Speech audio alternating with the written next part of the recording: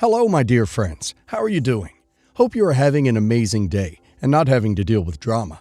Ready for new stories I have for you today? Let's go to the first one. Buckle up, as it's a long one, and don't forget to listen to the end of the story to hear my insights. Enjoy the stories, guys, and please like and subscribe. And of course, don't forget to leave a comment. I, 29 female, grew up in what seemed like a pretty happy, stable family. My mom, 55 female, and dad, 58 male, were married for 33 years, and I have two younger siblings. My brother, 26 male, and sister, 22 female. To outsiders, we probably looked like the perfect family. My dad has a good job, we live in a nice neighborhood, went on family vacations, and celebrated all the holidays together. My parents rarely fought, or at least that's what we saw, and they always seemed to be on the same page about life decisions. Looking back, I realize now that my mom did most of the emotional labor in the marriage, and my dad, while generally present, was distant at times. But I never thought anything of it. He was the breadwinner, always working hard to provide for us, and I thought that was just his way of showing love. That image of my dad, this hard-working, independent family man, was shattered a year ago when we found out he had been cheating on my mom with a woman, Rachel, 36 female, for nearly 2 years. Rachel has a 9-year-old son from a previous relationship, who I'll call Liam, not his real name. The affair. My mom found out about the affair after months of suspicion. My dad had been acting weird, working late more often, taking business trips that seemed unnecessary, and spending more time on his phone than usual. My mom is not one to jump to conclusions, so she ignored the red flags for a while, but eventually, she couldn't shake off the feeling that something was off. One day, she decided to look through his phone while he was in the shower. She found exactly what she feared. Messages between my dad and Rachel that made it clear they were more than just friends or colleagues. They had been having an affair for almost 2 years, and it wasn't just physical. They were in love. He had been lying to all of us for so long. My mom confronted him, and instead of denying it, my dad admitted everything. He said he was sorry, but also that he had fallen out of love with my mom and needed to be happy.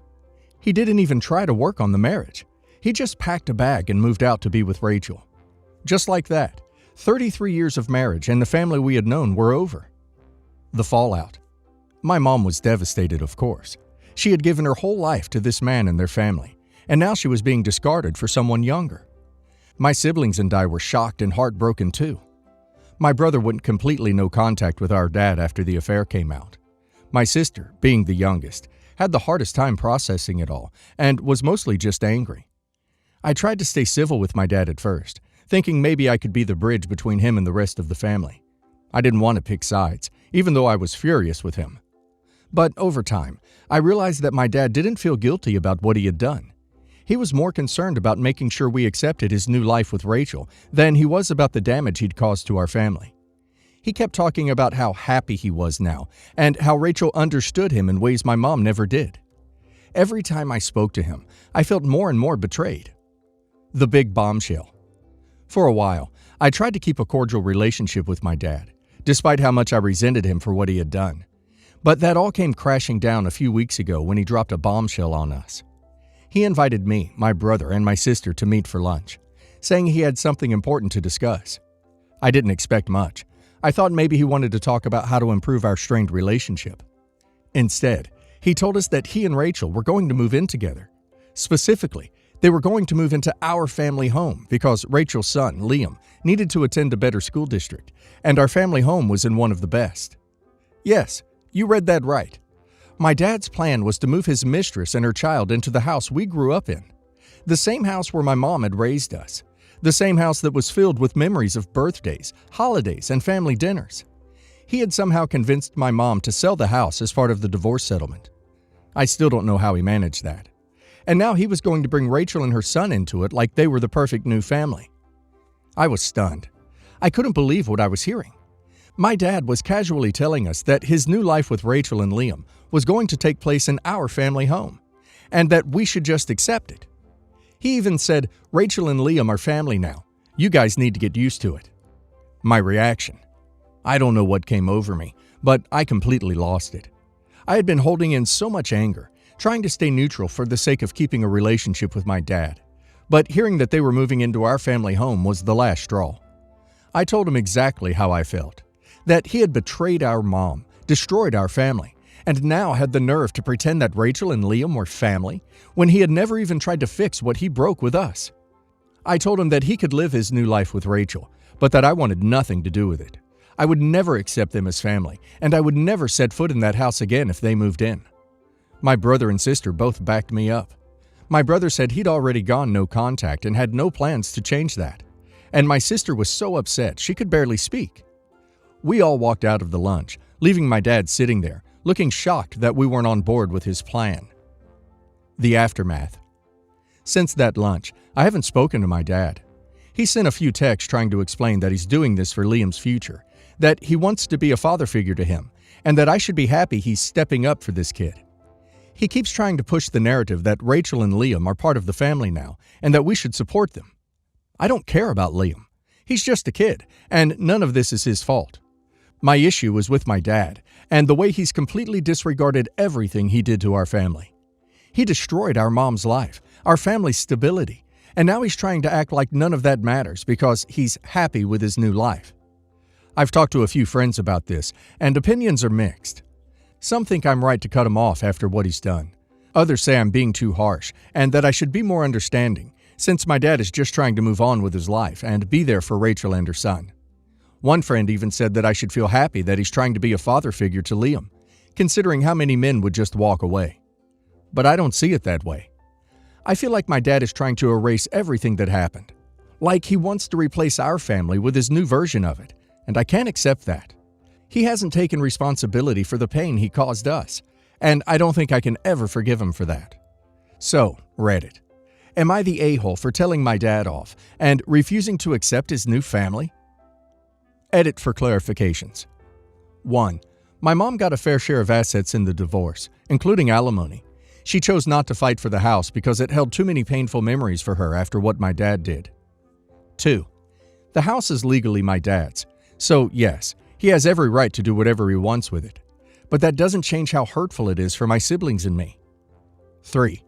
I don't blame Liam for any of this. He's just an innocent kid in a bad situation. My issue is with how my dad has handled everything, not the kid himself. OP's dad destroyed OP's family and is now trying to play house with his new woman and her son.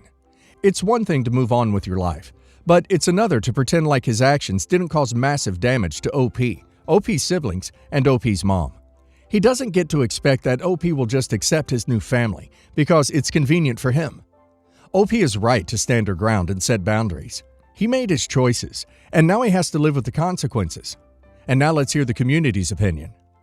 Not the a-hole. The fact that your dad thinks he can just slip his new woman and her kid into the family home and act like nothing's wrong is mind-blowing. He's completely disregarding how much pain he's caused and acting like he's the victim because you won't accept his new life. You don't owe him or Rachel or Liam anything. He made his bed. Now he can lie in it. Not the a-hole. You have every right to be angry and to set boundaries. It's not your job to support your dad's new relationship, especially after he tore your family apart. He's clearly trying to rewrite history and make it seem like everything's fine, but it's not. He doesn't get to decide how you should feel about all of this. Stand your ground. You don't owe him forgiveness just because he's moved on. Not the a-hole. Your dad is trying to have it both ways. He wants to move on with his new family, but he also wants you to be okay with it and pretend like the past doesn't matter. That's not how it works. He destroyed your family, hurt your mom, and now he's trying to make it seem like you're the problem for not accepting his new life. You're absolutely right to refuse to go along with it. He needs to understand that actions have consequences. My sister, Jennifer, is a horrible person. My sister divorced her first husband, Wayne, to marry her second husband, Lance. Lance is also an awful person. Lance said he didn't want to raise Wayne and Jennifer's daughter, Andrea, and he only cared about having biological children. Jennifer gave full custody to Wayne because Lance was more important to her than Andrea. No one in the family has spoken to Jennifer since.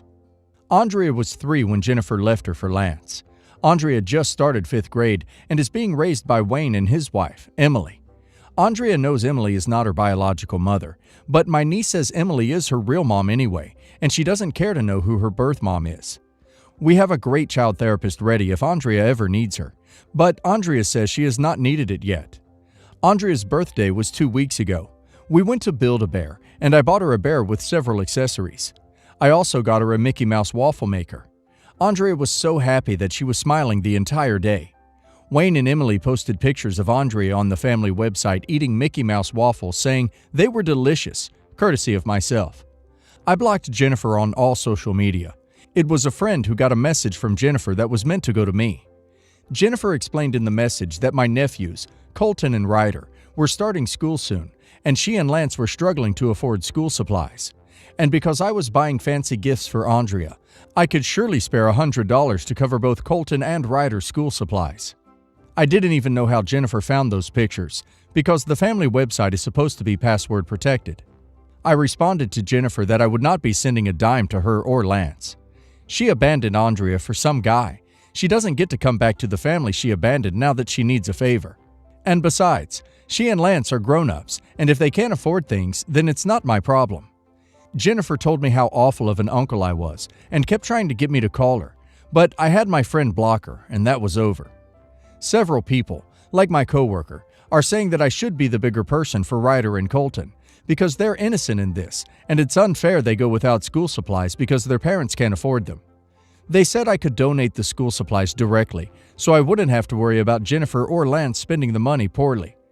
I have no relationship with my nephews, and people are saying this is a great opportunity to become involved in their lives and be a positive role model where Jennifer and Lance may be failing them. I get it's not fair to Ryder and Colton, but it's ridiculous for me to subsidize their schooling expenses while having no physical or emotional role in their life. Besides, if Jennifer and Lance genuinely can't afford school supplies, there are programs to help them. Not the a-hole. The issue with helping your nephews this way is that it opens the door for your sister to demand more and more. Keep spoiling your niece. She is lucky to have people who love her. Not the a-hole.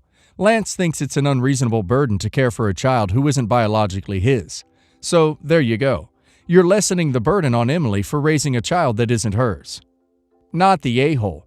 Any of the people who are trying to guilt you into giving Jennifer money are free to donate their own money if they are so concerned. Jennifer made her bed, as it were, and now she gets to lie in it. Not the a-hole. It was her choice to abandon her daughter for a man, but I honestly think it was for the best. She is no prize, and the person she married certainly isn't. Keep supporting your niece. She made her bed, and if she's that broke, maybe she and her husband should both work. Not your problem. It's your money, and your right to spend it how you like. My best friend since grade school is married to my sister. We've been really close friends forever, and obviously I am so excited that he had been officially a part of our family since he and my sister were married a few years ago.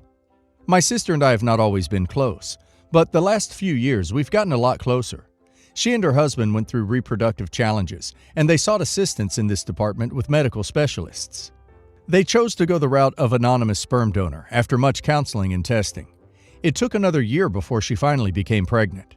I was asked to be the child's godparent. I was thrilled. Last week, my sister came to me and confided in me something that I wish I hadn't been told. My sister confided in me that the pregnancy wasn't from the clinic sperm donor, but it was the result of a very foolish one-night stand with a total stranger. She said the emotional stress of going through artificial insemination and not seeing results might have affected her judgment. The cheating thing was an issue for both of them.